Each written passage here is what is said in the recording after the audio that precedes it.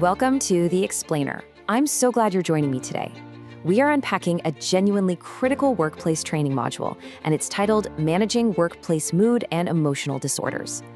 Right off the bat, this isn't just your standard run-of-the-mill corporate overview. No, this is a really fundamental look at how we navigate the human element within our professional environments.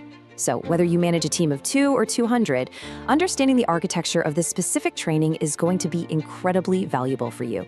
But before we look closely at the specific text of the module, we've got to ask ourselves a pretty huge question. How do we actually support emotional well-being at work? I mean, it's a question every modern manager, team leader, and HR professional grapples with literally every single day. We all know the workplace isn't a vacuum, right? People bring their whole selves to their jobs.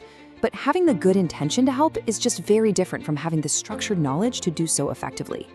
That gap, the one between intention and capability, that is exactly what makes the source material we're examining today so absolutely essential.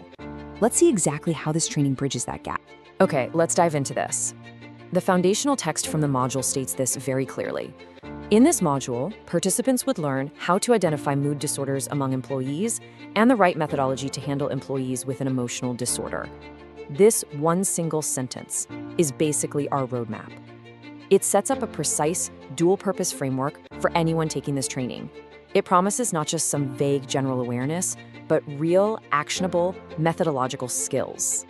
Which brings us right to part 1, identifying mood disorders. This is the first module objective. The source material establishes a super vital foundation right here. The focus is identifying disorders specifically among employees. And that implies something incredibly important for us as professionals. Noticing an emotional or mood disorder, it isn't just about intuition, guesswork, or having a gut feeling. It's a specific objective skill that requires formal learning and structure. You actually have to be trained on exactly what to look for. But the module also draws a very crucial boundary. It isn't trying to turn managers into clinical psychologists out there diagnosing the general public. No way. Instead, it carefully grounds this whole identification process entirely within the context of the workplace. It's all about recognizing these behavioral patterns specifically as they manifest in employee dynamics, daily workflows, and professional interactions. That contextual boundary is exactly what keeps the training relevant, appropriate, and genuinely actionable for a corporate environment. Now, what's really interesting about this slide is how we transition into part 2, the right methodology, the second module objective. By comparing these two goals side by side, we can see the clear distinction the training makes. Identifying a mood disorder is really only half the equation. It's completely different from appropriately managing the situation. Identification is your prerequisite, but the methodology, well, that's the execution. The source text doesn't just say participants will learn to deal with or talk to employees. No, it deliberately uses the phrase, the right methodology. That word right there, methodology, is the absolute anchor. It signifies a structured, documented, and approved system of procedures. It clearly suggests that there are wrong ways or unhelpful ways to approach an employee with an emotional disorder. The module's explicit goal is to equip participants exclusively with the correct, standardized approach. The training completely insists that to be an effective leader, you absolutely need both sides of this equation.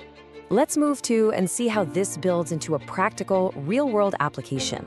The module teaches a very clear two-part procedural flow.